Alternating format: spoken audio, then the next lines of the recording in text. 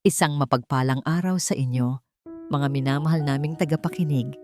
Saan man kayo naroroon, sana'y nasa mabuti kayong kalagayan. Muli, samahan ninyo ako sa pagbubukas ng isang aklat ng buhay, kung saan ang bawat pahina ay puno ng pag-ibig, pighati, at mga di inaasahang pagsubok. Sabi nila, ang pinakamalaking kasinungalingan ay hindi kayang itago ng habang buhay. Ngunit paano kung ang katotohanang mabubunyag ay mas masakit pa kaysa sa panlolokong tiniis mo? Ang bawat halakhak ni Sinag ay tila musika sa pandinig ni Laya. Kasabay ng paghampas ng mga alon sa dalampasigan ng Baryo Amihan, ang tawa ng kanyang 5 taong gulang na anak ang bumubuo sa himig ng kanyang simpleng mundo. Pinapanood niya itong nagtatakbo. Hinahabol ang mga alon na pabalik-balik sa dalampasigan. Ang maliliit nitong mga paa ay lumilikha ng panandaliang bakas sa basang buhangin. "Nanay, tingnan mo. Mas mabilis ako sa alon." Sigaw ng bata. Ang mga mata nito'y kumikinang sa ilalim ng sikat ng araw. Ngumiti si Laya. Isang ngiting hindi man laging umaabot sa kanyang mga mata. Ngunit para kay Sinag, ito ang pinakamagandang tanawin sa mundo. 5 taon. 5 taon na silang dalawa lamang ang magkasama sa munting paraisong ito. Malayo sa mapanghusgang mga mata ng syudad, malayo sa sakit ng nakaraan. "Dahan-dahan lang anak," paalala niya, habang inaayos ang maliit na kubong kanilang tinutuluyan. Dito, ang buhay ay payak. Sa umaga, nagtitinda siya ng kakanin sa palengke. Sa hapon, ang buong oras niya ay para kay Sinag. Ang kanyang buong mundo ay umiikot sa batang ito. Ang kanyang Sinag, ang tanglaw niya sa gitna ng kadilimang pilit niyang tinatakasan. "Nanay, bakit po ako si Sinag?" Tanong ng bata isang hapon habang magkayakap sila sa duyan. Hinaplos ni Laya ang buhok ng anak. "Dahil ikaw ang unang sinag ng araw na dumating sa madilim kong mundo." Ngunit sa likod ng mga ngiting iyon, may aninong hindi kayang burahin ng panahon. Isang alaala na kahit anong pilit niyang ibaon, ay pilit na umaahon, gaya ng mga alon na humahampas sa kanilang paanan. Bigla, ang payapang dalampasigan ay naglaho. Napalitan ito ng isang malamig at malawak na sala, amoy luma at mamahaling pabango. Nakatayo siya sa gitna, nanginginig, habang ang isang babaeng may matalim na tingin ay nakaupo sa isang silyang tila trono, si Doña Sidora Hidalgo. "Hindi ka karapat-dapat para sa anak ko," wika ng matandang babae. Ang bawat salita ay tila patalim na tumatarak sa kanyang puso. Isang hamak na probinsyana na walang kayang ibigay sa pamilya Hidalgo kundi kahihiyan. Nangingilid ang luha ni Laya. "Mahal ko po si Bulan. Mahal na mahal namin ang isa't isa." Isang mapaklang tawa ang kumawala sa mga labi ni Doña Sidora. Itinapon nito sa paanan ni Laya ang isang folder. Kumalat ang mga papel sa sahig, mga resulta ng laboratorio, mga dokumento mula sa doktor. "Pag-ibig? Anong silbi ng pag-ibig mo kung hindi mo kayang bigyan ng tagapagmana ang aking anak? Baog ka, Laya. Mananatili kang walang silbi, kaya umalis ka na. Layuan mo ang pamilya ko." Ang salitang baog ay umalingaw sa kanyang isipan, paulit-ulit, na tila isang sumpang habambuhay niyang papasanin. Napapikit ng mariin si Laya, pilit na iwinawak ang mapait na alaala. Ang pagbabalik sa kasalukuyan ay ang biglaang pagdilim ng kalangitan. Ang kaninang mapayapang hangin ay ngayoy nagsisimulang kumislot ng may bagsik. Ang mga alon ay unti-unting lumalaki. Ang dating payapang himig ay napalitan ng isang umuungol na babala. Isang biglaang sigwa ang paparating.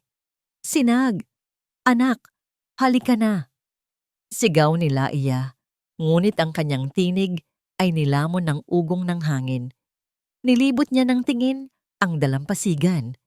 Wala na ang kanyang anak. Nawala ang batang kanina lang ay nagtatakbo at naglalaro. Isang matinding takot ang biglang gumapang sa kanyang buong pagkatao. Mas matindi pa sa takot na naramdaman niya sa mansyon ng mga hidalgo. Sinag! Sigaw niya, halos mapaos. Habang tumatakbo siya sa dalampasigan, hinahawi ang papalakas na buhos ng ulan. Anak ko, nasaan ka? Ang bawat segundo ay tila isang kawalang hanggan. Bawat alon na humahampas ay nagdadala ng lagim. Napaluhod siya sa buhanginan. Ang pag-asa ay unti-unting nauupos.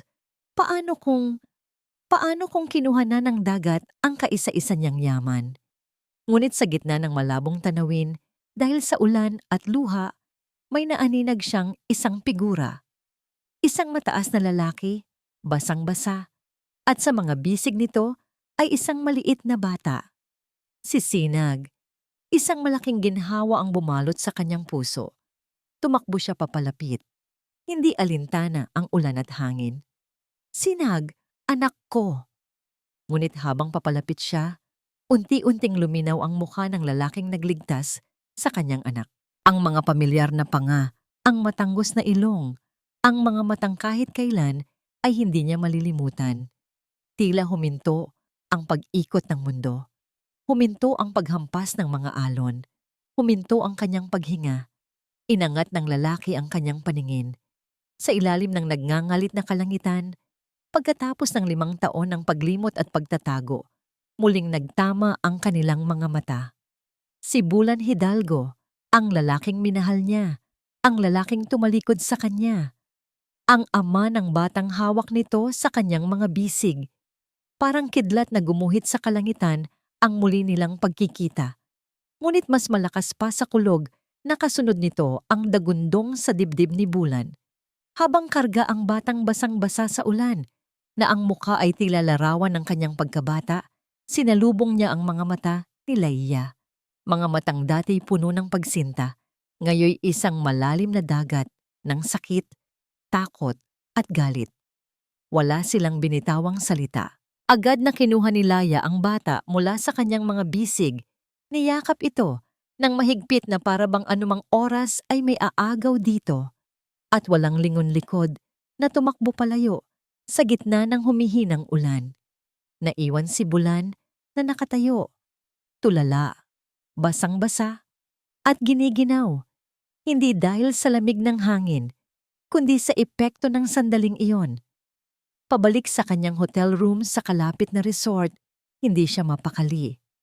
Ang imahe ng bata, ang hugis ng mukha, ang kurba ng mga kilay, ang maliliit na labi, ay nakaukit na sa kanyang isipan. Hindi maari. Isang pagkakataon lang ang lahat. Marami lang talagang magkakamukha sa mundo. Iyon ang pilit niyang sinasabi sa sarili. Ngunit may isang bahagi sa kanya na sumisigaw na nagsisinungaling siya. Binuksan niya ang kanyang laptop at hinalungkat ang mga lumang folder. Ilang sandali pa, natagpuan niya ang hinahanap. Mga litrato niya noong bata pa siya, kuha sa hardin ng mansyon ng mga hidalgo. Itinabi niya ang screen ng laptop sa alaala ng mukha ng batang nagngangalang Sinag. Napasinghap siya. Ang pagkakahawig ay hindi maikakaila. Para siyang tumitingin sa isang munting salamin ng nakaraan. Bawat anggulo, bawat ngiti, naroon ang bakas ng kanyang dugo. Baog ka, Laia. Ang mga salitang binitiwan ng kanyang ina, 5 taon na ang nakalilipas ay biglang umalingaw-ngaw sa kanyang tainga. Iyon ang naging hatol, ang katotohanang tinanggap niya nang walang pag-aalinlangan dahil iyon ang sinabi ni Doña Sidora. Ang ina niya ang laging tama. Ang ina niya ang laging nakakaalam ng lahat. Ngunit ngayon, isang malaking butas ng pagdududa ang nabuksan sa kanyang puso. Biglang tumunog ang kanyang telepono at pangalan ng kanyang ina ang lumabas sa screen. Huminga siya ng malalim bago sagutin. Bulan, how's the resort acquisition going? I need you back here tomorrow. May meeting tayo with the board. Bungad agad ni Doña Sidora, ang boses ay matigas at walang bahid ng anumang emosyon maliban sa pagnenegosyo. Yes, ma. Everything's under control. Sagot niya. Pilit na pinatatag ang boses. Ngunit ang isip niya ay nasa baryo amihan pa rin. Good. Don't waste your time there. Tandaan mo, bawat oras na wala ka dito ay maaaring pagkalugi para sa kumpanya. Isang mapait na ngiti ang gumuhit sa labi ni Bulan. Kumpanya, pamilya, karangalan. Iyon lamang ang mahalaga sa kanyang ina. Walang puwang para sa pagkakamali at lalong walang puwang para sa isang babaeng pabaog at walang maibibigay na tagapagmana. Pagkababa ng telepono, halos isunod namang tumawag si Amaris. Love, how are you? I miss you so much. Malambing na sabi nito sa kabilang linya. Ngunit sa pandinig ni Bulan ngayon, ang tamis ng boses nito ay tila may halong kaplastikan. I'm fine, Amaris. Medyo busy lang. Maikli niyang tugon. Talaga? Huwag kang masyadong magpapagod, ha? Umuwi ka na agad. I prepared something special for you. Okay? See you tomorrow. Hindi na niya hinintay ang sagot nito at ibinaba na ang tawag. Napasabunot siya sa kanyang buhok. Ang kanyang kasal kay Amaris ay kagustuhan din ng kanyang ina. Isang unyon ng dalawang makapangyarihang pamilya. Isang perpektong kasal sa mata ng lipunan. Ngunit sa likod ng mga nakasarang pinto, ito'y malamig, walang buhay, at puno ng pagkukunwari. Hindi niya kayang matulog ng gabing iyon. Ang mga tanong ay walang tigil na bumabagabag sa kanya. Bakit siya iniwan ni Laia nang walang paalam? Bakit sa kabila ng lahat, nanatili itong malapit sa resort na alam nitong pag-aari ng pamilya Hidalgo? At ang pinakamabigat sa lahat, sino ang ama ni Sinag? Kinabukasan, bago bumalik sa syudad, hindi napigilan ng kanyang mga paa na magmaneho pabalik sa baryo amihan. Ang bagyo ay tapos na at ang sikat ng araw ay muling nagbibigay liwanag sa lugar. Nakita niya ang isang maliit na tindahan malapit sa dalampasigan. Nagpanggap siyang turista. Magandang umaga po. Nais ko lang sanang magtanong. Sabi niya sa matandang nagbabantay. Ano yon, iho? May pamilya po bang nakatira dito? Isang mag-ina lang po. Ang pangalan ng nanay ay Laia. Ngumiti ang matanda. Ah, si Laia. Oo, kilala ko siya. Isang mabuting babae, napakasipag. Napalaki niya ng maayos at mag-isa ang kanyang anak na si Sinag. Mag-isa?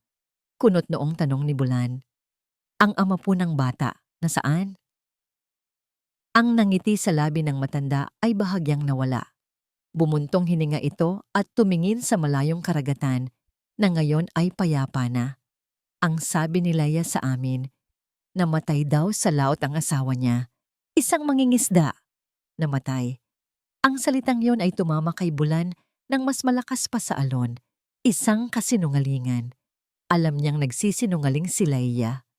Hindi siya mangingisda at lalong hindi siya patay. Ngunit bakit? Bakit kailangan nitong gumawa ng ganoong kwento?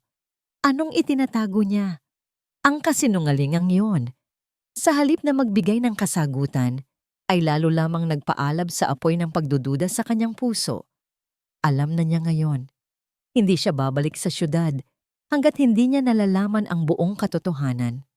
Ang bawat yabag ng mga paa sa labas ng kanilang munting kubo ay nagdudulot ng kaba sa dibdib ni Laia. Mula nang magtama ang landas nila ni Bulan, ang payapang mundo na binuo niya para kay Sinag ay unti-unting gumuho, napalitan ng mga pader ng takot at pangamba. Hindi siya nakatulog buong gabi.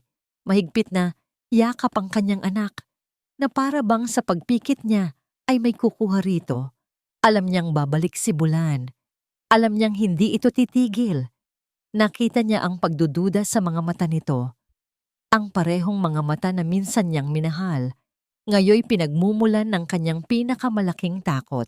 Ginhawa, kailangan na nating umalis dito. Sabi ni Laia sa matandang kasambahay na itinuring na niyang pangalawang ina, habang nagmamadali niyang inililigpit ang kanilang mga gamit sa isang malaking tampipi. Hija, saan naman tayo pupunta? Nag-aalalang tanong ni Ginhawa, ang mga matay puno ng pagdamay. Kakalipat lang natin dito. Akala ko ba'y ito na ang magiging tahanan natin? Nagkamali ako. Mahinang sagot ni Laya. Ang boses ay nanginginig. Hindi tayo ligtas dito. Nahanap niya na tayo. Alam kong hindi niya kami titigilan. Hindi na niya kailangang sabihin kung sino ang tinutukoy niya. Alam na ni Ginhawa ang buong kwento. Pero Laya, paano si Sinag? Paano ang munting tindahan mo? Hindi na mahalaga yon. Halos pasigaw na, sabi ni Laya bago napahagulhol. Ang mahalaga lang ay ang anak ko. Kailangan kong protektahan si Sinag mula sa kanila. Lalo na mula sa pamilya Hidalgo. Habang nag-iimpake sila, isang kotseng pamilyar ang huminto sa tapat ng kanilang bakuran. Itim, makintab at mamahalin. Isang bagay na hindi nababagay sa simpleng baryo amihan. Nanigas si Laya sa kanyang kinatatayuan. Ang puso niya ay nagsimulang tumibok ng sobrang bilis. Bumaba mula sa sasakyan si Bulan. Wala na ang basang damit kahapon. Napalitan ito ng isang plantsadong polo at slacks. Ngunit ang ekspresyon sa kanyang mukha ay hindi nagbago. Isang pinaghalong determinasyon, kalituhan at sakit. Laiya, tawag niya. Ang boses ay mahinahon ngunit may bigat. Umalis ka na. Malamig na tugon ni Laiya. Hinarangan ng pintuan para hindi masilip ang loob ng bahay kung nasaan si Sinag. Kailangan nating mag-usap. Pakiusap ni Bulan. Humakbang papalapit. Wala na tayong dapat pag-usapan pa. Mariing sabi ni Laya. Bawat salita ay may diin ng 5 taong puot at pagtitiis. Tapos na tayo, Bulan. Matagal na. Kaya parang awa mo na. Umalis ka na at huwag ka nang babalik.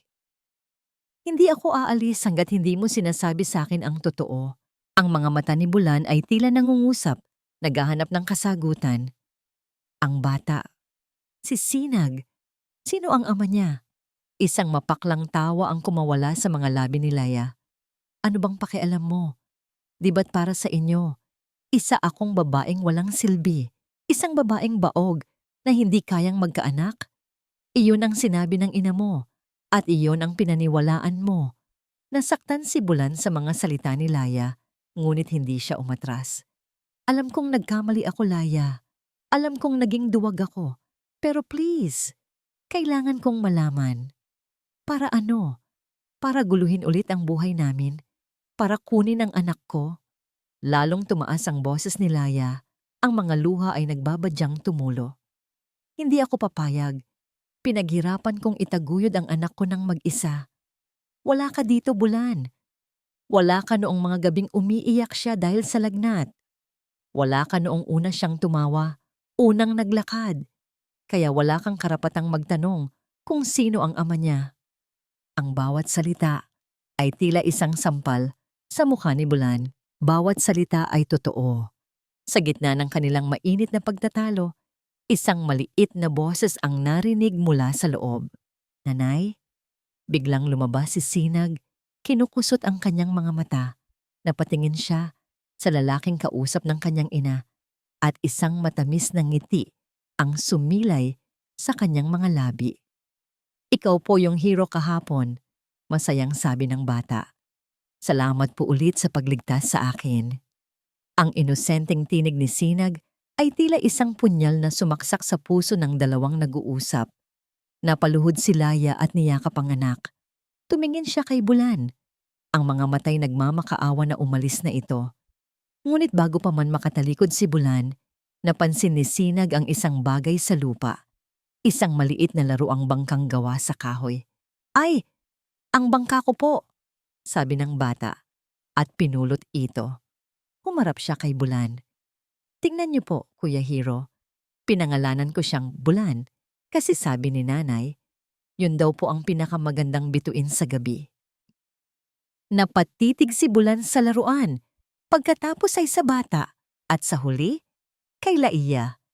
Ang pangalan, ang ngiti, ang lahat. Para siyang binuhusan ng malamig na tubig.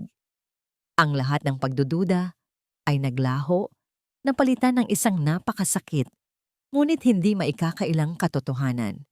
Nang makita ni Laya ang realisasyon sa mukha ni Bulan, hinila na niya si Sinag papasok at isinara ang pinto ng malakas.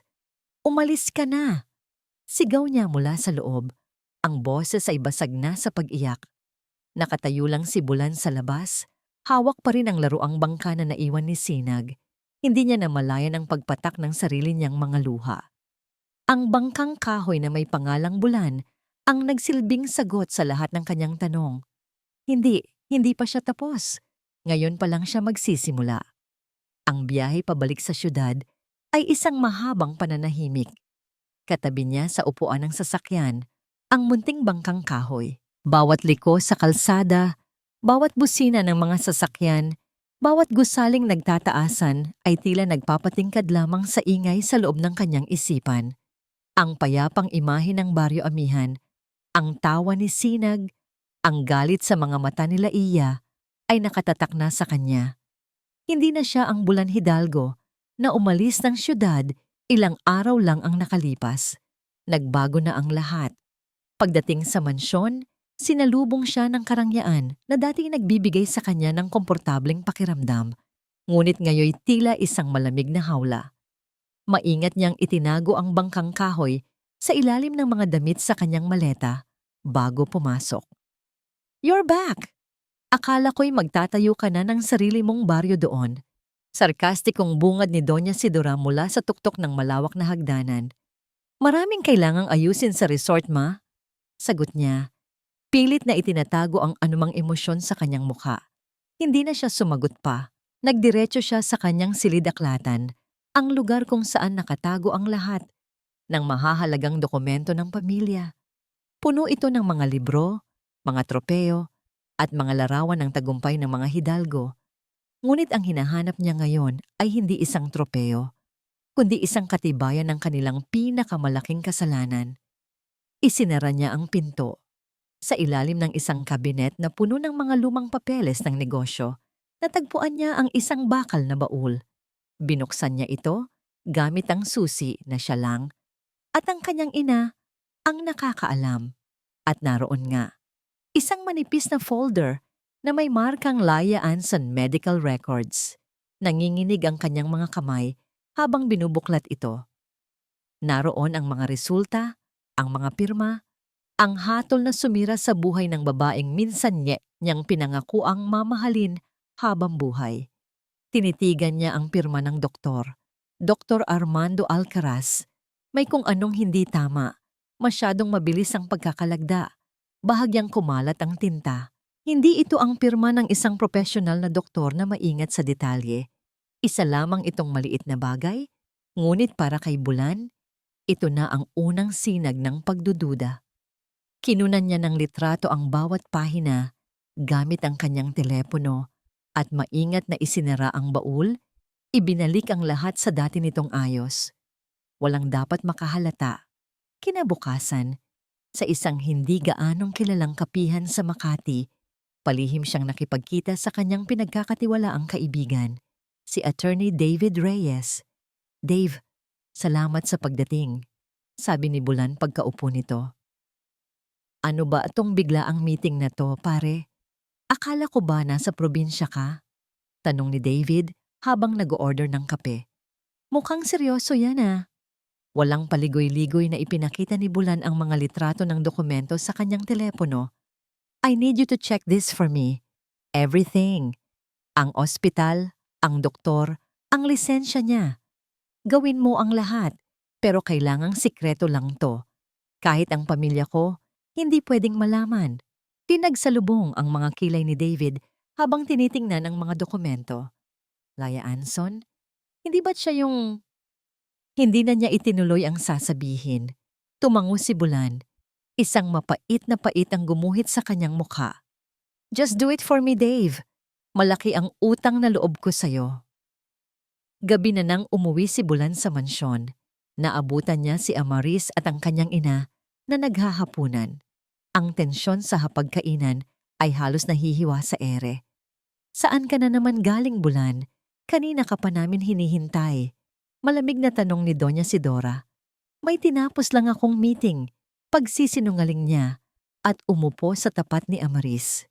Love, you seem so distant lately. Malambing na sabi ni Amaris, hinawakan ang kanyang kamay. Is there a problem? May kinalaman ba to sa business trip mo? Umiling si Bulan at pilit ng ngumiti. Pagod lang siguro ako. Ngunit habang kumakain sila, ang isip niya ay lumilipad. Tinitingnan niya ang kanyang ina, ang babaeng nagpalaki sa kanya, ang iginagalang na matriarka ng pamilya Hidalgo. Kaya ba nitong gumawa ng ganoong kalaking panloloko? Para saan? Para sa pangalan? Sa yaman? Ang bawat subo ng pagkain ay tila walang lasa. Ang bawat salita nila tungkol sa negosyo at mga social event ay parang ugong na lang sa kanyang pandinig. Ang tanging naririnig niya ay ang iyak ni Laia, ang tawa ni Sinag, at ang mga tanong na walang kasagutan. Kinagabihan, habang nakatayo siya sa balkonahe ng kanyang silid, tumunog ang kanyang telepono. Si David. Pare, bungad ng abogado sa kabilang linya. Ang boses ay seryoso at may halong pagkabigla. Anong nalaman mo? Mabilis na tanong ni Bulan. Ang puso niya ay kumakabog. Bulan, may nalaman ako. At hindi mo to magugustuhan. Huminga ng malalim si David bago nagpatuloy. Ang San Rafael Medical Center, yung ospital kung saan ginawa yung mga test, 3 taon na palang sarado dahil sa bankruptcy. Napahigpit ang hawak ni Bulan sa telepono. At hindi lang yan, dugtong ni David. Ang doktor, si Dr. Armando Alcaraz, umalis siya ng Pilipinas kasama ang buong pamilya niya papuntang Canada. Ilang linggo lang matapos iwan ni Laia ang bahay ninyo. Binitawan ni Bulan ang telepono. Nabitawan niya ito. Ang bawat salita ni David ay tila isang pako na ibinaon sa kanyang dibdib. Ang ospital, sarado. Ang doktor, umalis. Hindi na ito isang simpleng pagdududa. Ito na ang simula ng isang katotohanang matagal na ibinaon sa kasinungalingan. At alam niyang nasa ilalim ng lahat ng ito ang isang pangalan, Doña Sidora Hidalgo. Ang katahimikan pagkatapos ng pag-alis ni Bulan ay mas nakabibingi kaysa sa sigawan nila kanina. Alam ni Laia na ang pagtatagpo nilang iyon ay hindi ang katapusan, kundi ang simula ng isang bagong bagyo. Ang realisasyon sa mukha ni Bulan nang makita nito ang laruang bangka ay isang malinaw na mensahe. Hindi na siya titigil. Ilang araw ang lumipas na puno ng pagkabalisa. Bawat ugong ng sasakyan sa labas, bawat pagtahol ng aso sa gabi ay nagpapakaba sa kanya. Hindi na siya halos lumalabas ng bahay at ang maliit niyang tindahan ng kakanin ay ipinagkatiwala muna niya kay ginhawa. Ang tanging hiling niya ay maglaho na lang sila na parang bula. Ngunit alam niyang huli na ang lahat. Isang hapon, habang naglalaro si Sinag sa kanilang bakuran, 2 lalaking naka-Amerikana ang bumaba mula sa isang itim na sasakyan, kaparehong sasakyan na ginamit ni Bulan, ngunit iba ang laman. Ang kanilang mga tindig ay matigas, ang mga mukha ay walang emosyon, at ang kanilang mga mata ay tila nanunuot sa kaluluwa. Agad na tinawag ni Laia si Sinag papasok ng bahay at hinarap ang mga hindi inaasahang bisita. Ano po ang kailangan nila? Tanong ni Laia. Pilit na pinatatatag ang kanyang boses kahit nanginginig ang kanyang mga tuhod. Ang isa sa mga lalaki, mas matangkad at tila leader, ay naglabas ng isang sobre mula sa kanyang bulsa. Hindi ito iniabot. Sa halip ay ibinukas niya ito at binasa ang isang pangalan. Laia Anson? Tumango si Laia. May mensahe lang na pinapasabi si Doña Sidora Hidalgo. Sabi ng lalaki, ang bawat salita ay malamig at may bigat. Alam niya ang lahat. Alam niya ang tungkol sa bata. Nanlamig ang buong katawan ni Laia. Ito na nga. Ito na ang kinatatakutan niya. Pinapasabi niya na tigilan mo na kung ano man ang binabalak mo. Patuloy ng lalaki. Dahan-dahang humakbang papalapit. Ang pamilya Hidalgo ay hindi papayag na madungisan ng isang iskandalo, lalo na kung galing sa isang oportunistang tulad mo. Wala akong ginagawang masama, depensa ni Laya. Pinapalaki ko lang ng tahimik ang anak ko. Isang gising mapang-asar ang gumuhit sa labi ng lalaki. Tahimik? Sa tingin mo ba'y mananahimik ang lahat kapag nalaman nila na ang tagapagmana ng mga hidalgo ay lumalaki sa ganitong klaseng lugar? Itinuro niya ang munting kubo ni Laya. Ang tingin ay puno ng pag-insulto. Narito ang alok ni Donya, sabi ng lalaki, at naglabas ng isang blankong tseke at isang ballpen. Isulat mo ang kahit anong halaga. Malaki. Sapat para makapagsimula ka ng bagong buhay sa ibang bansa. Sapat para mawala ka na sa buhay nila. Kayong dalawa ng bata. Tinitigan ni Laya ang tseke. Ang papel na yon ay kayang lutasin ang lahat ng kanyang problemang pinansyal. Ngunit ang kapalit nito ay ang kanyang dignidad at ang kinabukasan ng kanyang anak. Hindi mabibili ng pera ang pagkatao namin. Matigas niyang sabi, ang takot ay napalitan ng tapang. At lalong hindi ninyo mabibili ang anak ko. Hindi siya isang bagay na pwede ninyong presyuhan. Nawala ang ngisi sa mukha ng lalaki. Ang kanyang mga mata ay nagdilim. Nagkakamali ka ng desisyon, binibining Anson. Sabi niya sa mababang boses, ang Donya ay hindi nasasanay na nabibigo. Kung hindi mo tatanggapin ang alok na ito, may iba siyang paraan at sisiguraduhin niyang magsisisi ka. Pagkasabi noon, tumalikod na sila at sumakay sa kanilang sasakyan, nag-iwan ng alikabok at isang mabigat na banta sa hangin. Kinagabihan, ang banta ay naging isang bangungot. Ang may-ari ng maliit na pwesto na inuupahan ni Laya para sa kanyang tinda ay biglang dumating. Laya, pasensya na, sabi ng matandang babae, umiiwas ng tingin. Hindi mo na pwedeng upahan ang pwesto ko simula bukas. Pero Aling Nena, bakit po? Maayos naman po akong magbayad. Gulat na tanong ni Laya. May mga taong pumunta dito kanina. Sabi nila, kapag hindi kita pinaalis, may masamang mangyayari sa pamilya ko. Halos pabulong na sabi ng matanda. Kitang-kita ang takot sa kanyang mga mata. Patawarin mo ako, Laya. Gumuho ang mundo ni Laya. Una, ang banta. Ngayon, ang kanyang munting kabuhayan. Alam niyang hindi titigil si Doña Sidora hanggat hindi niya nakukuha ang gusto nito. Hindi na siya pwedeng magtago. Ang pagtakas ay hindi na isang opsyon. Kung patuloy siyang tatakbo, habang buhay silang magiging biktima. Niyakap niya si Sinag na mahimbing nang natutulog. Hinaplos niya ang mukha nito, ang munting anghel, na nagbibigay sa kanya ng lakas. Ang batang ito ang dahilan kung bakit siya nagtiis. At ang batang ito rin ang magiging dahilan kung bakit siya lalaban. Pinunasan niya ang kanyang mga luha. Ang dating malambot niyang puso ay unti-unting tumitigas, nababalutan ng determinasyon. Tama na ang pagiging biktima, tama na ang pag-iyak sa dilim.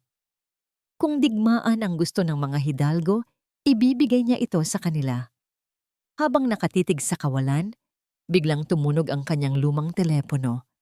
Isang numerong hindi rehistrado. Nag-aalangan man, sinagot niya ito. Hello? Isang pamilyar na boses, ngunit may bahid ng panunuya at galit. Ang sumagot mula sa kabilang linya. Isang boses mula sa kanyang nakaraan. Isang malayong pinsan na lagi siyang kinaiinggitan. Laya, pinsan, kamusta na? Nabalitaan ko. Nagbalik na pala ang prinsipe mo. Nanlaki ang mga mata ni Laya. Clarice? Paano ko nalaman? Tumawa si Clarice. Ako ang nagsabi sa kanila kung nasaan ka. At alam ko rin ang sikreto mo. Isang sandaling katahimikan ng namayani bago ito nagpatuloy. At alam ko rin ang sikreto ni Doña Sidora. Siguro naman may halaga ang impormasyon na yon sa'yo kung gusto mong lumaban. Ang mga impormasyong nakuha ni David ay parang lason na dahan-dahang kumakalat sa buong sistema ni Bulan. Ang bawat kasinungalingan ay unti-unting nabubura at ang inilalantad nitong katotohanan ay mas masahol pa sa kanyang inaakala. Ngunit kailangan niya ng pruweba, isang matibay na ebidensya na hindi kayang paikutan o itanggi ng kanyang ina. Gamit ang koneksyon at pera, ipinahanap niya sa isang pribadong investigador ang nurse na kasama sa medical team ni Dr. Alcaraz noon. Hindi ito naging madali. Marami sa kanila ay nangibang bansa na rin o lumipat ng probinsya. Ngunit makalipas ang halos isang linggong paghahanap, may natagpuan sila. Si Mrs. Elvira Santos, ang dating head nurse ng San Rafael Medical Center na ngayon ay namumuhay na ng simple sa isang maliit na bayan sa Laguna. Nagmaneho si Bulan mag-isa papunta sa Laguna. Ayaw niyang may makakaalam kung saan siya pupunta. Nakipagkita siya sa matandang nurse sa isang tahimik na kapihan sa gilid ng simbahan. Ang babae ay may edad na, puti na ang mga buhok, at bakas sa mukha nito ang isang buhay na puno ng pinagdaanan. Salamat po sa pagpayag na makipagkita sa akin, Mrs. Santos. Magalang na bati ni Bulan. Elvira na lang, iho, sabi ng matanda. Ang mga kamay ay bahagyang nanginginig habang hawak ang tasa ng kape. Alam ko na kung bakit ka na parito. Matagal ko nang hinihintay ang araw na ito. Nagulat si Bulan. Ano po ang ibig ninyong sabihin? Huminga ng malalim si Elvira, tila nag-iipon ng lakas ng loob. 5 taon, iho. 5 taon kong dinala ang kasalanang ito. 5 taon akong hindi pinapatulog ng konsensya ko. Tumingin siya nang diretso sa mga mata ni Bulan. Walang sakit si Laya Anson. Hindi siya baog. Sa katunayan, noong panahong iyon, malusog na malusog ang kanyang matris. May kakayahan siyang magkaanak, higit pa sa isa, kung gugustuhin niya. Ang bawat salita ni Elvira ay tila isang malakas na suntok sa sikmura ni Bulan. Ito na ang kumpirmasyon. Pero, ang mga resulta ang mga papeles, peke ang lahat ng iyon. Pag-amin ni Elvira, ang mga luha ay nagsimula ng mamuo sa gilid ng kanyang mga mata. Pinilit kami ng ina mo. Biglang nagbalik ang alaala ni Elvira sa araw na yon. Ang pagdating ni Doña Sidora Hidalgo sa ospital, hindi bilang isang pasyente, kundi bilang isang reyna na handang gawin ang lahat para sa kanyang kaharian. Ang sobrang puno ng pera na ipinatong nito sa lamesa. Ang banta na sisirain nito, ang buhay at lisensya nila kapag hindi sila sumunod. Si Dr. Alcaraz, natakot siya. Kwento ni Elvira, ang boses ay basag na. May pamilya siyang binubuhay, kaya pumayag siya. Pinapirmahan sa akin ang mga pekeng resulta. Pagkatapos noon, ibinigay ng ina mo ang pera para makapag-migrate siya sa Canada para siguraduhing maililibing na ang sikreto kasama niya. Patawarin mo ako, iho.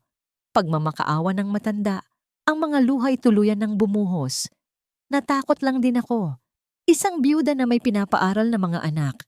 Hindi ko kayang labanan ang kapangyarihan ng ina mo. Pero ang konsensya, ang bigat, hindi nabibili ng pera ang kapayapaan ng loob. Hindi makapagsalita si Bulan. Ang sakit na nararamdaman niya ay hindi galit. Ito'y isang malalim na pagkadurog. Durog ang tiwala niya sa kanyang ina. Durog ang puso niya para kay Laya. Durog ang pagkatao niya dahil sa naging papel niya sa kasinungalingang ito. Nagpaalam siya kay Elvira, ngunit bago siya umalis, may inabot itong isang maliit na USB. Ano po ito? Noong mga panahong yon, palihim kong ni-record ang pag-uusap namin ng ina mo sa kanyang opisina para protektahan ang sarili ko kung sakali. Hindi ko ito nagamit, pero sa tingin ko, ikaw ang mas may karapatang magmay-ari nito. Habang nagmamaneho pabalik, ang isip ni Bulan ay blangko. Para siyang isang kaluluwang nawawala sa dilim. Ang lalaking pinalaki sa karangyaan at kapangyarihan ay biglang nakaramdam ng sobrang liit Siya ang naging instrumento para wasakin ang buhay ng babaeng pinakamamahal niya. Siya ang duwag na naniwala sa kasinungalingan at tumalikod. Ipinark niya ang sasakyan sa isang madilim na bahagi ng kalsada, malayo sa mga ilaw ng syudad. Isinaksak niya ang USB sa kanyang laptop. At doon, ang mansyon ng mga Hidalgo para kay Amaris ay isang gintong hawla. Bawat sulok ay kumikinang sa yaman, ngunit ang hangin ay mabigat sa mga lihim at pagkukunwari. Tinitingnan niya ang kanyang asawang si Bulan, na sa mga nagdaang araw ay tila isang estranghero. Laging malalim ang iniisip, laging wala sa sarili. At alam ni Amaris na hindi ito dahil sa negosyo. Ito ay dahil sa babaeng iyon. Ang multo ng nakaraan na pilit bumabalik. Ngunit wala siyang pakialam sa nararamdaman ni Bulan. Ang kasal na ito ay hindi tungkol sa pag-ibig. Ito ay isang kasangkapan. Isang perpektong entablado para sa kanyang matagal ng plinano. Sa isang mamahaling restaurant sa Bonifacio Global City, palihim siyang nakipagkita sa isang lalaki, si Ricardo Vargas, ang pinakamalaking karibal ng Hidalgo Prime Holdings sa negosyo. Nakuha mo na ba ang mga bagong plano para sa Visayas Expansion Project nila? Tanong ni Ricardo. Ang mga matay kumikinang sa kasakiman. Of course! Sagot ni Amaris, inilapag sa ilalim ng mesa ang isang envelope na naglalaman ng mga kumpidensyal na dokumento mula sa opisina ni Bulan. Gaya ng napag-usapan, I will feed you everything you need to crush them from the outside. At ikaw naman ang sisira sa kanila mula sa loob. Nakangising dugtong ni Ricardo. Isang perpektong plano. Pero sigurado ka ba dito, Amaris? This is your family now. Isang mapaklang nangiti ang gumuhit sa mga labi ni Amaris habang family? Ang pamilyang yan ang dahilan kung bakit nawala ang sarili kong pamilya. Tumingin siya sa labas ng bintana, ngunit ang nakikita niya ay hindi ang mga nagtataasang gusali, kundi ang alaala ng kanyang ama. Si Don Miguel Sandoval, isang mabuting tao, isang tapat na kasosyo ng mga Hidalgo noon. Ngunit nang dahil sa isang maling desisyon sa negosyo, walang awa siyang pinabagsak at tinalikuran ni Don Augusto at Doña Sidora na nagtulak sa kanyang ama sa matinding depresyon at pagpapakamatay. Hindi sila pamilya. Sila ang utang na dapat kong singilin, malamig niyang sabi. At sisiguraduhin kong babagsak sila ng mas malakas pa sa pagbagsak ng aking ama. Ang bawat ngiti, bawat yakap, bawat I love you na binibitawan niya kay Bulan ay bahagi ng isang maskara. Isang maskara ng paghihiganti. Habang si Amaris ay naglalatag ng kanyang sariling lason, si Doña Sidora naman ay nahaharap sa sarili niyang demonyo mula sa nakaraan. Isang rehistradong sulat ang dumating sa mansyon, walang pangalan ng nagpadala, ngunit may selyo mula sa isang maliit na bayan sa Quezon. Sa loob ng kanyang pribadong opisina, nanginginig ang mga kamay niyang binuksan ng sobre. Ang laman nito ay isang luma at kupas ng litrato. Isang litrato niya kasama ang isang babaeng matagal na niyang kinalimutan. Ang kanyang pinsang buo, si Clarice, at sa likod ng litrato ay may sulat kamay. Tita Sidora, kamusta na? Siguro naman ay hindi mo pa ako nakakalimutan. Ang pinsan mong tumulong sa'yo na ayusin ang problema mo kay Laia 5 taon na ang nakalipas. Mukhang may bago kang problema ngayon. Nabalitaan kong nagbalik na ang anak-anakan mong si Laia at may dala siyang sorpresa, isang batang kamukhang-kamukha ni Bulan. Nanlamig ang buong katawan ni Doña Sidora. Paano nalaman ni Clarice? Ang sulat ay nagpatuloy. Huwag kang mag-alala. Hindi ko pa sinasabi kahit kanino. Pero alam mo na, mahirap ang buhay ngayon. 10 milyon. Ibigay mo sa akin ang 10 milyong piso at mananatiling nakabaon ang sikreto mo. Kung hindi, siguro naman ay matutuwa si Bulan na malaman ang buong katotohanan. Hintayin ko ang tawag mo. Pagtataksil. Pagtatraidor. Ang babaeng tinulungan niya noon ay siya na ngayong tumututok ng patalim sa kanyang likuran. Si Clarice, na noon pa may puno ng inggit kay Laia. Ang ginamit niyang espiya para alamin ang bawat galaw ng dalaga sa probinsya. Siya ang nagbigay ng ideya. Siya ang tumulong maghanap ng doktor na kayang bilhin. At ngayon, siya na ang gustong sumira sa kanya. Hindi. Hindi siya papayag na masira ng ganito kadali. Nagtrabaho siya ng husto para maabot ang kinalalagyan niya.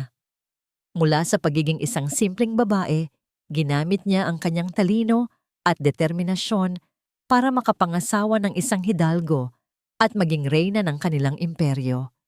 Hindi niya hahayaang isang hamak na kamag-anak at isang probinsyanang walang utang na loob ang sisira sa lahat ng kanyang pinaghirapan. Kinuha ni Doña Sidora ang kanyang telepono, hindi para tawagan si Clarice, kundi ang kanyang pinagkakatiwalaang security head. Rico, mariin niyang sabi sa kabilang linya. May ipapahanap ako sa'yo, isang babae. Pangalan niya ay Clarice Vargas. Nasa Sariaya, Quezon siya. Huminto siya sandali. Ang mga matay nag-aapoy sa galit. Hanapin mo siya at siguraduhin mong hindi na siya kailanman makakapagsalita pa. Walang dapat maiwang bakas. Sa mundong ginagalawan ni Doña Sidora, ang lahat ng problema ay may solusyon. At kung ang solusyon ay nangangahulugan ng pagpapatahimik sa isang tao ng habambuhay, handa siyang bayaran ng presyo nito. Ang boses ni Doña Sidora mula sa recording ay isang lason. Ang boses ni Amaris sa telepono ay isang patalim. Si Bulan ay napapaligiran ng mga traidor, nakatayo sa gitna ng isang palasyong binuo ng mga kasinungalingan. Ang dating pagmamahal at respeto na nararamdaman niya para sa kanyang ina ay napalitan ng malamig na galit. Ang kaunting pagtingin na natitira para sa kanyang asawa ay naging sukdulan na pandidiri. Hindi siya maaaring kumilos ng padalos-dalos. Ang pagharap sa kanyang ina nang walang matibay na plano ay tiyak na hahantong sa wala. Ang pagkumpronta naman kay Amaris ay magbibigay dito ng babala. Kailangan niyang maging mas tuso kaysa sa kanila. Kailangan niyang mag-isip tulad ng isang hidalgo, hindi para magmana ng yaman, kundi para iligtas ang mga taong tunay na mahalaga. Kinabukasan, bumili siya ng isang maliit at high-tech na listening device. Isang bagay na halos hindi mapapansin. Sa pagkakataong pumasok si Amaris sa banyo, maingat niyang inilagay ang aparato sa isang maliit na bulsa sa loob ng paborito nitong designer handbag. Isang bagay na halos laging dala nito saan man magpunta. Ito ay isang desperadong hakbang, ngunit wala na siyang ibang pagpipilian. Habang nagmamaneho papunta sa opisina, isinaksak niya ang earpiece at pinakinggan ang kabilang linya. Narinig niya ang boses ni Amaris kausap ang driver, ngunit pagdating nito sa isang mall, narinig niyang may tinawagan ito. Ricardo, it's me. Malamig na sabi ni Amaris, ngunit may kakaibang diin. Yes, nasa akin na ang kopya ng initial proposal para sa expansion. I'll send it to your email. Isang sandaling katahimikan. Don't worry. Narinig niyang muling sabi ni Amaris. Malapit na. Malapit nang magbayad ang mga hidalgo sa lahat ng ginawa nila sa pamilya Sandoval. Sandoval, ang apelyido ng kanyang asawa. Ngunit bakit niya sinabing magbabayad ang mga hidalgo sa pamilya Sandoval? Hindi ba't sila na ang pamilya ngayon? Isang bagong piraso ng palaisipan ang nabuo. Ang paghihiganti ni Amaris ay mas malalim pa sa simpleng pera. Ito ay personal. Ngunit ang mas matinding alalahanin na bumabagabag sa kanya ay si Laya at Sinag. Ngayong alam na niya ang katotohanan, ang pangangailangang protektahan sila ay mas naging matindi. Tinawagan niya ang lumang numero ni Laya, ngunit hindi ito sumasagot. Sinubukan niya ulit at ulit, ngunit wala. Hindi siya mapakali. Pagkatapos ng trabaho, hindi siya umuwi sa mansyon. Nagmaneho siya. Nagmaneho siya ng mabilis, pabalik sa kalsadang minsan na niyang tinahak. Pabalik sa Baryo Amihan. Ang bawat kilometro ay tila napakabagal. Ang tanging nasa isip niya ay ang makita sila, ang masigurong ligtas sila, ang humingi ng tawad kahit hindi pa niya alam kung paano sisimulan. Ngunit pagdating niya sa baryo, isang malamig na takot ang sumalubong sa kanya. Ang munting kubo ay naroon pa, ngunit wala ng buhay. Ang mga bintana ay sarado. Ang pintuan ay nakakandado. Kumatok siya ng malakas. "Laya, sinag!" Walang sumasagot. Tinanong niya ang mga kapitbahay. Ang sabi ng matandang nagtitinda na nakausap niya noon, umalis daw ang mag-ina 2 araw na ang nakalipas. Walang sinabing dahilan. Walang sinabing pupuntahan. Nagmadali lang daw umalis na dala ang kanilang mga gamit. Umupo si Bulan sa buhanginan, sa mismong lugar kung saan niya unang nakita si Sinag. Ang pag-asang makita silang muli ay biglang nawala, napalitan ng matinding pangamba. Alam niyang hindi aalis si Laya nang walang mabigat na dahilan. Alam niyang may kinalaman dito ang kanyang ina. Itinaboy na naman niya sila. Sa gitna ng kanyang pag-aalala, may isang ideya siyang naisip. Ang pribadong investigador na nakahanap kay Nurse Elvira, kinuha niya ang kanyang telepono at mabilis na nag-dial. "Raul, si Bulan Hidalgo to," sabi niya pagkasagot sa tawag. "May ipapahanap ako sa'yo, isang mag-ina, si Laya Anson at ang anak niyang si Sinag. Kailangan ko silang mahanap as soon as possible. Gamitin mo lahat ng resources mo, walang limitasyon sa gastos. Ang mahalaga, mahanap mo sila." Buong gabi siyang naghintay. Hindi siya umuwi. Nag-check-in siya sa resort, sa parehong kwarto kung saan nagsimula ang lahat. Tinitigan niya ang karagatan. Nagdarasal na sana'y ligtas ang mag-ina kung nasaan man sila. Pakiramdam niya, siya ang pinakawalang kwentang lalaki sa buong mundo. Hawak niya ang lahat ng ebidensya, ngunit nawawala naman ang mga taong pinakamahalaga sa kanya. Kinabukasan, habang umiinom siya ng kapeng walang lasa, biglang nag-vibrate ang kanyang telepono. Isang text message mula kay Raul. Mabilis niya itong binuksan. "Sir, may lead na ako. Positive ID kay Laya Anson at sa bata. Nakita sila sa isang apartment complex sa Santa Mesa, Manila." Isang malaking ginhawa ang bumalot sa puso ni Bulan. Buhay sila. Nasa syudad lang sila. Ngunit may kasunod pang mensahe. Ang mensaheng nagpatigil sa kanyang paghinga at nagpakulo sa kanyang dugo. "Sir, kailangan nating magmadali. Base sa surveillance ko, hindi lang tayo ang naghahanap sa kanila. May 2 lalaking nakamotor na kanina pa nagmamanman sa apartment. At base sa plaka ng motor, konektado sila sa security agency ng Hidalgo Prime Holdings." Ang buhay sa syudad ay isang kulungan. Ang maliit na apartment na tinutuluyan nila sa Santa Mesa, na pag-aari ng isang matandang kaibigan, ay mas nakakatakot kaysa sa bukas na karagatan ng Baryo Amihan. Dito, ang bawat anino sa eskinita, bawat tunog ng motorsiklo sa gabi, ay tila isang banta. Hindi na halos lumalabas si Laya. Ang tanging pag-asa niya ay igamakoy. Ang mga tawag mula kay Clarice na nangako ng impormasyong babago sa lahat. Ngunit ang bawat tawag ay nauuwi sa parehong bagay. Pera.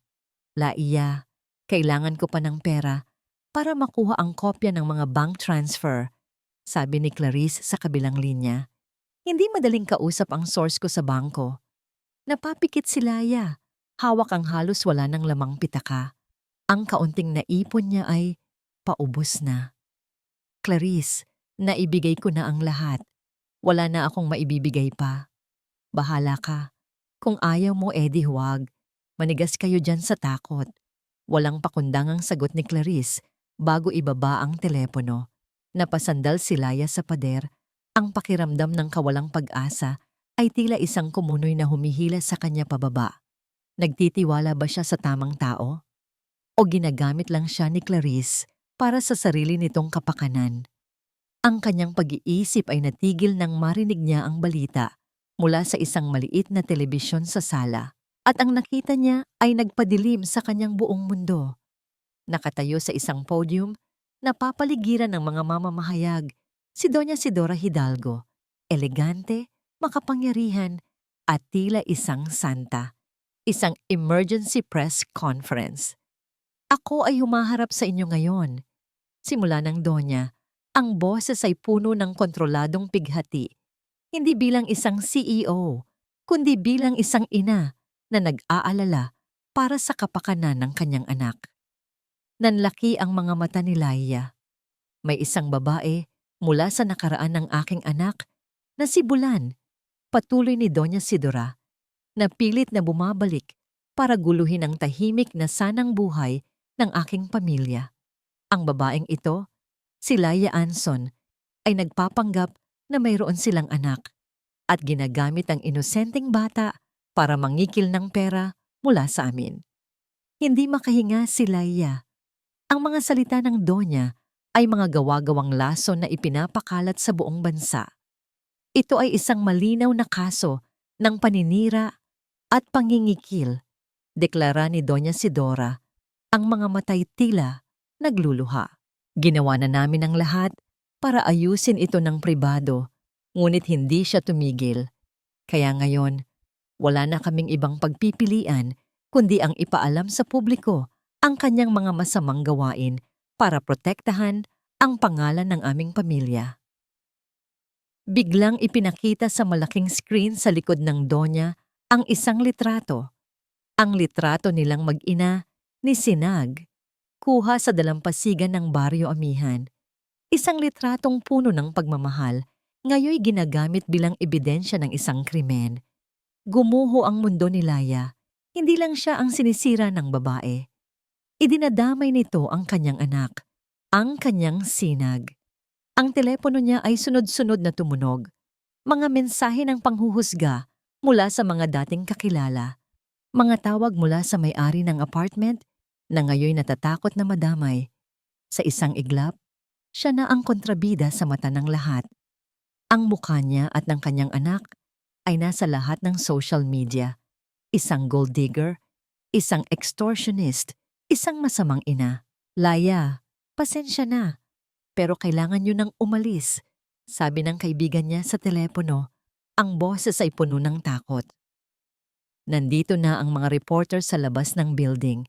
Ayokong madamay. May pamilya ako. Wala nang pagpipilian si Laia. Mabilis niyang kinuha si Sinag na umiiyak dahil sa gulo at dumaan sila sa likod ng gusali. Gabi na at umuulan ng malamig. Walang direksyon, walang pupuntahan, walang pera, walang kakakampi. Naglakad sila ng naglakad sa mga basang kalsada ng Maynila. Ang payong lang ang nagsisilbing kanlungan. Ang bawat mukha na nakakasalubong nila ay tila mapanghusga. Bawat bulungan ay parang isang batikos. Sa huli, sa dulo ng kanyang lakas, napaupo siya sa isang gilid. Sa harap ng isang saradong simbahan, niyakap niya ng mahigpit si Sinag na nakatulog na sa pagod at pag-iyak. Tumingala siya sa madilim na langit. Ang ulan ay humahalo sa kanyang mga luha. Wala na. Talo na siya. Ang reyna ay nanalo. Si Doña Sidora ang nanalo. Ang kapangyarihan at pera ay nanalo. Siya, isang hamak na ina, na ang tanging sandata ay pagmamahal, ay walang nagawa. Patawarin mo ako, anak. Bulong niya kay Sinag. Ang boses ay basag. Hindi ka naprotektahan ni nanay. Sa gitna ng kanyang pagtangis, isang anino ang tumabon sa kanila. Isang payong ang pumotekta sa kanila mula sa ulan. Dahan-dahan niyang inangat ang kanyang paningin, ang mga matay na mamaga sa kaiiyak. Nakatayo sa kanyang harapan, basang-basa rin sa ulan, ay si Bulan. Ang kanyang mukha ay hindi na mukha ng isang kaaway, kundi isang taong puno ng pagsisisi, sakit at determinasyon. Laia, sabi ni Bulan, ang boses ay nanginginig, hindi sa lamig, kundi sa matinding emosyon. Patawarin mo ako. Patawarin mo ako sa lahat. Hayaan mo akong itama ang lahat ng ito. Ang boardroom ng Hidalgo Prime Holdings ay malamig at tahimik. Nakaupo sa dulo ng mahabang lamesa si Doña Sidora, tila isang reyna sa kanyang trono. Sa kanyang tabi, si Amaris, ang perpektong imahe ng isang sopistikada at mapagmahal na asawa. Ang mga miyembro ng board ay nakaupo ng may paggalang. Lahat ay nakikinig habang ipinagmamalaki ni Doña Sidora ang matagumpay na paglilinis sa pangalan ng pamilya. Ang insidenteng ito ay isang paalala na sa mundo ng negosyo, marami ang susubok na sirain tayo. Deklara ni Doña Sidora, ang boses ay matatag. Ngunit ang pamilya Hidalgo, gaya ng dati, ay mananatiling matibay. Tapos na ang issue. Ang babaeng iyon ay isa na lamang masamang alaala. Ngunit bago pa man siya makapagpatuloy, bumukas ng malakas ang dalawang malalaking pinto ng boardroom. Lahat ng mga mata ay napunta sa direksyon na iyon. At doon, nakatayo si Bulan. Ngunit hindi siya nag-iisa. Sa kanyang kanan ay ang kanyang abogadong si David Reyes at sa kanyang kaliwa, hawak ang kamay, ay si Laia Anson na buong tapang na nakatingin sa babaeng sumira sa kanya. At sa likod ni Laia, mahigpit ang kapit sa kanyang palda, ay si Sinag, ang batang nasa sentro ng lahat ng kaguluhan. Bulan, anong kabastusan ito? Galit na sigaw ni Doña Sidora na patayo. Paano mo nagawang dalhin ang babaeng yan dito? Hindi pinansin ni Bulan ang kanyang ina. Naglakad siya ng may determinasyon papunta sa harap, sa tabi ng malaking screen na ginamit kanina para sa presentasyon. Magandang umaga sa inyong lahat. Mahinahon, ngunit may bigat na sabi ni Bulan sa mga board member. Patawarin ninyo ang biglaang paggambala, ngunit mayroon lamang akong kailangang linawin. Ang issue ay hindi pa tapos. Sa katunayan, ngayon pa lang ito magsisimula. Point of view, Laia Anson. Nanginginig ang buong katawan ni Laia, ngunit hindi siya bumitaw sa kamay ni Bulan. Ang bawat hakbang sa loob ng silid na yon ay tila isang milya. Nakikita niya ang galit sa mga mata ni Doña Sidora, ang pagkabigla sa mukha ni Amaris, at ang pagtataka ng lahat ng naroroon. Ngunit sa piling ni Bulan, sa unang pagkakataon, sa loob ng 5 taon, naramdaman niyang hindi siya nag-iisa. Ano na namang kalokohan ito, Bulan? Sabi ni Amaris. Tumayo at lumapit sa asawa. Love, let's not make a scene. Ngunit isang malamig na tingin lang ang isinukli ni Bulan sa kanya. Huwag mo akong tawaging love, Amaris. O dapat ko bang sabihin, Binibining Sandoval? Nagulat si Amaris. Sa isang pindot ni Bulan sa remote, lumabas sa malaking screen ang isang dokumento. Isang kopya ng resulta ng DNA. Ayon sa resulta mula sa isang independent na laboratorio, malinaw na sabi ni Bulan, ang batang si Sinag Anson ay may 79.9% na probabilidad na aking anak. Isang malakas na bulungan ang pumuno sa silid. Napahawak sa dibdib si Doña Sidora, ang mukhay namumutla. Peke yan! Gawa-gawa lang yan ng babaeng yan para makakuha ng pera. Talaga po, ma? Sarkastikong tanong ni Bulan. Kung ganoon, baka gusto ninyong pakinggan ito. Muli niyang pinindot ang remote. Walang lumabas na imahe, ngunit isang boses ang umalingaw-ngaw sa buong boardroom. Ang boses ni Doña Sidora mula sa recording ni Nurse Elvira. Pekein ninyo ang resulta. Gawin ninyong baog siya. Bayaran ko kayo kahit magkano. Siguraduhin niyo lang na mawawala na siya sa buhay ng anak ko. Ang katahimikan sa silid ay nakabibingi. Ang lahat ng mga mata ay napako kay Doña Sidora na ngayon ay napaupo sa kanyang silya, hindi makapaniwala. Ang maskara ng pagiging isang kagalang-galang na matriarka ay tuluyan ng nabasag, ngunit hindi pa tapos si Bulan. Humarap siya kay Amaris. At para naman sa aking mapagmahal na asawa, sabi ni Bulan, at sunod-sunod na lumabas sa screen ang mga kopya ng email at transcript ng mga tawag sa telepono. Na sa loob ng 6 na buwan ay palihim na nagbibigay ng mga kumpidensyal na impormasyon ng kumpanya sa ating pinakamalaking karibal, si Ricardo Vargas, bilang paghihiganti sa pagkalugi ng negosyo ng kanyang yumaong ama. Tuluyan nang gumuho ang mundo ni Amaris. Ang kanyang mukha ay nabalot ng galit at pagkatalo. Bulan, you bastard! Sa sandaling iyon, bumukas muli ang pinto ng boardroom. Ngunit hindi na ito kaalyado nila. Pumasok ang 2 unipormadong pulis. Amaris Sandoval, inaaresto ka namin para sa kasong corporate espionage, sabi ng isang pulis, papalapit sa kanya. Hindi, hindi niyo ako pwedeng galawin. Hindi niyo alam kung sino ako. Nagwawalang sigaw ni Amaris habang pinupusasan. Samantala, si Doña Sidora ay nakaupo lang, tulala, tila isang estatwang nabasag. Ang kanyang imperyo, ang kanyang kapangyarihan, ang kanyang pangalan, gumuho lahat sa loob lamang ng ilang minuto. Sa gitna ng kaguluhan, ang pag-aresto kay Amaris, ang bulungan ng mga board member, ang pag-iyak sa pagkatalo ni Doña Sidora, si Bulan ay may isang tao lang na tinitingnan. Si Laia. Binaliwala niya ang lahat ng ingay. Lumakad siya papalapit kay Laia at sa kanilang anak. Dahan-dahan, sa harap ng lahat, lumuhod si Bulan sa harap ni Sinag, ang makapangyarihang tagapagmana ng mga hidalgo, nakaluhod sa harap ng isang batang minsan niyang itinanggi. Tinitigan niya ang bata. Ang mga mata niya'y puno ng luhang, matagal ng kinimkim. Ang lahat ng sakit, pagsisisi, at pagmamahal ay nagsama-sama sa isang sandali. Sa isang mahinang boses na sila lang tatlo ang nakakarinig. Sa unang pagkakataon, binigkas niya ang mga salitang dapat noon pa niya sinabi. Sinag, anak ko. Ang mga sumunod na araw ay isang malaking agos ng mga kaganapan. Ang balita tungkol sa eskandalo sa Hidalgo Prime Holdings ay sumabog na parang isang bomba. Ang pag-aresto kay Amaris Sandoval, ang pagbibitiw ni Doña Sidora Hidalgo sa lahat ng kanyang posisyon at ang paglantad sa katotohanan tungkol kay Sinag, lahat ay naging pabalat ng mga dyaryo at laman ng bawat usapan. Ngunit para kay Laia, ang lahat ng ingay na yon ay tila nasa malayo. Ang mahalaga sa kanya ay ang katahimikan na unti-unting bumabalot sa kanilang maliit na mundo.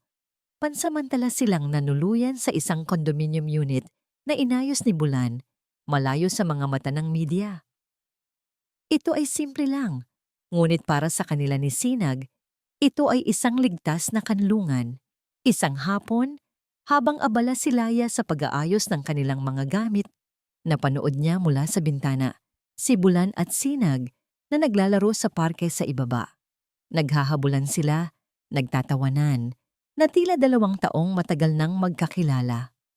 Si Bulan, na laging seryoso at formal sa kanyang business suit, ay ngayon nakaupo sa damuhan, nakikipaglaro ng mga laruang kotse sa kanilang anak.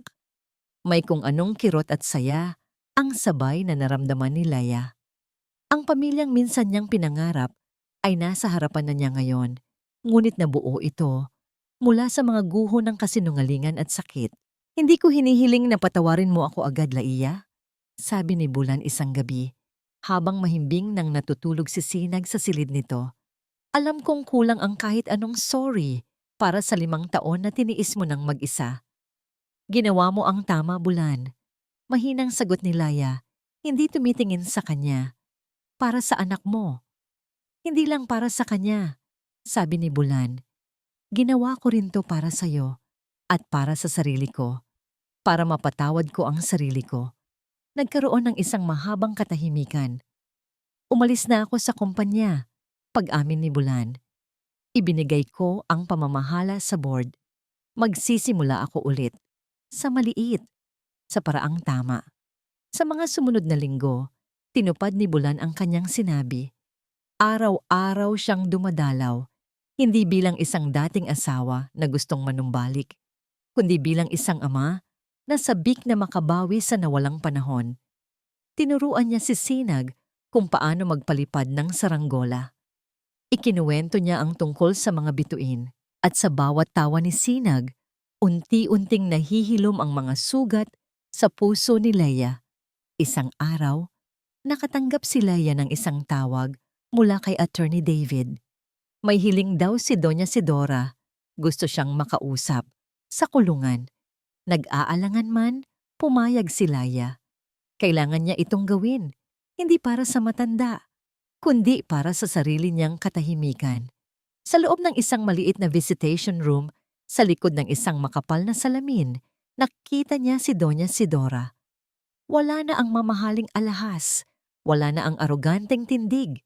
Ang babaeng nasa harapan niya ngayon ay isang matandang babae na tila pinabagsak ng bigat ng kanyang mga kasalanan.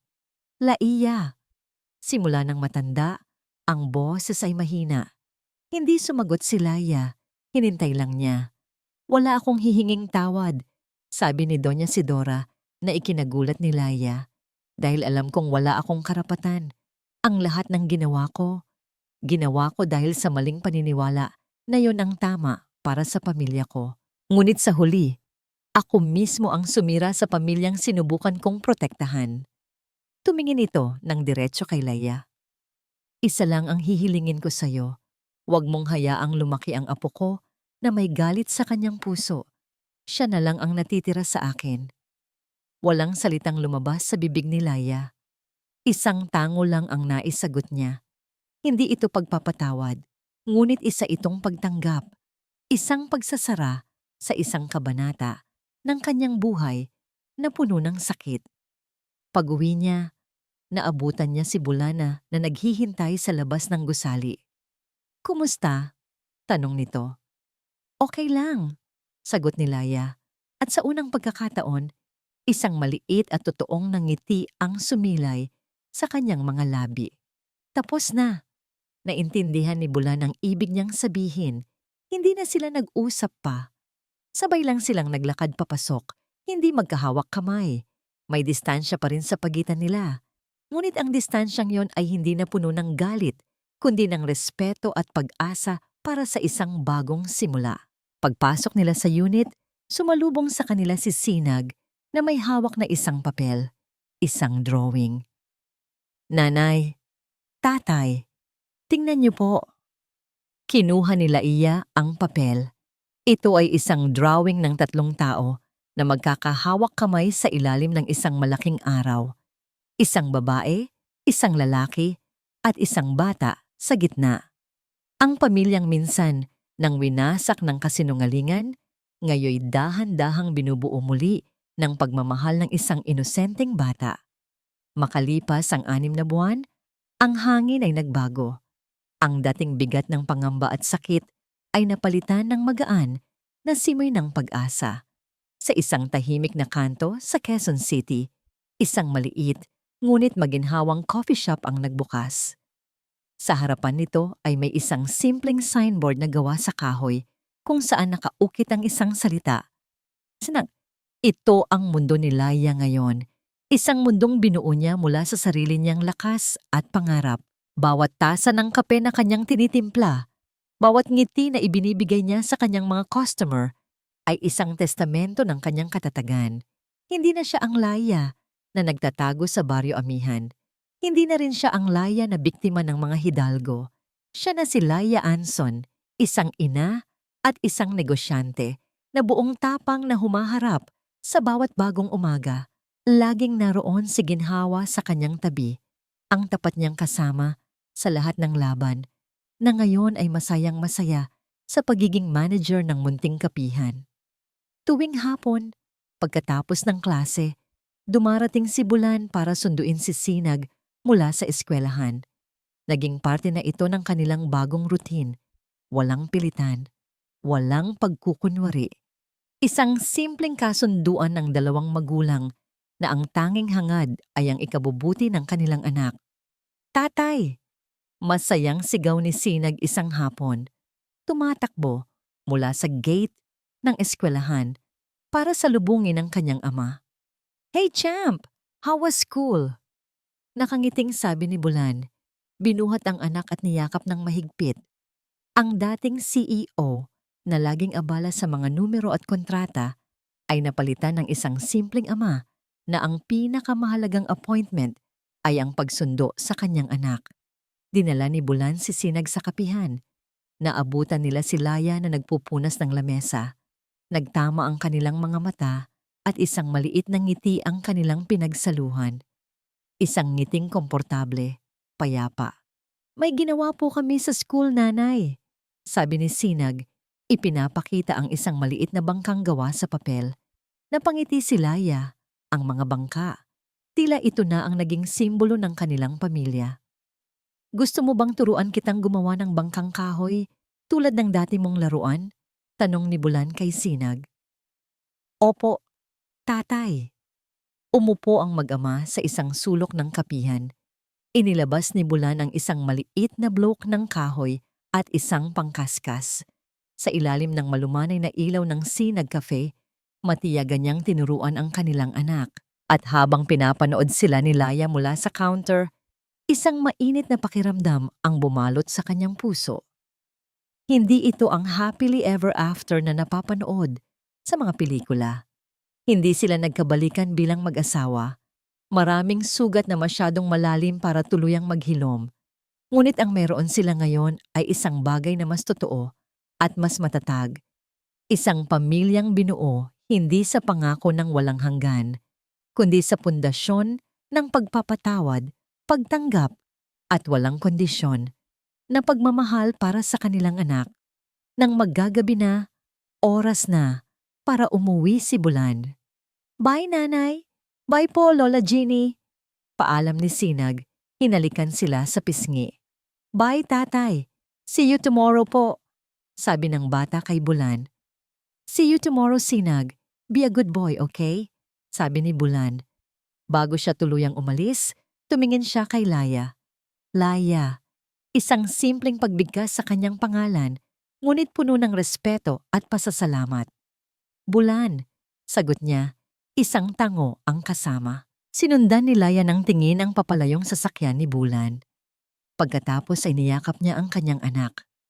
Tumingin siya sa paligid ng kanyang munting kapihan, sa pangalang nagpapaalala sa kanya kung gaano man kadilim ang gabi, laging may sisikat na araw sa umaga.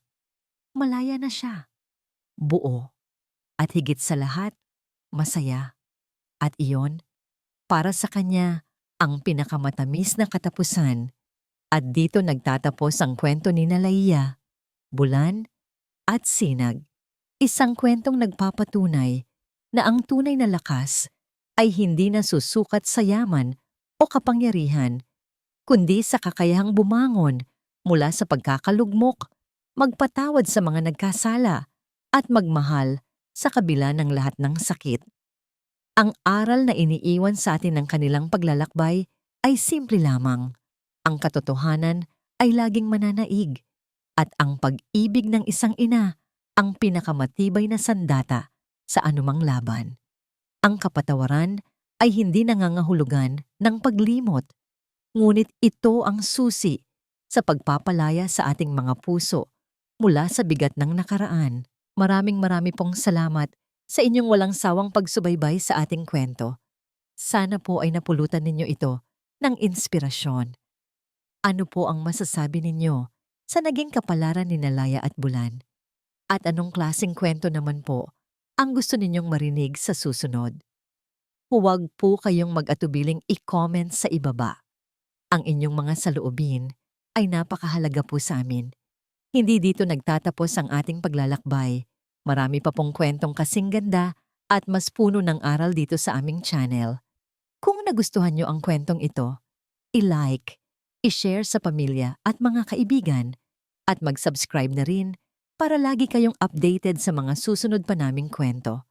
I-click nyo ang notification bell para kayo ang unang makarinig kapag may bago kaming upload. Pagpalain po kayo ng Panginoon, kayo at ang inyong buong pamilya. Hanggang sa muli.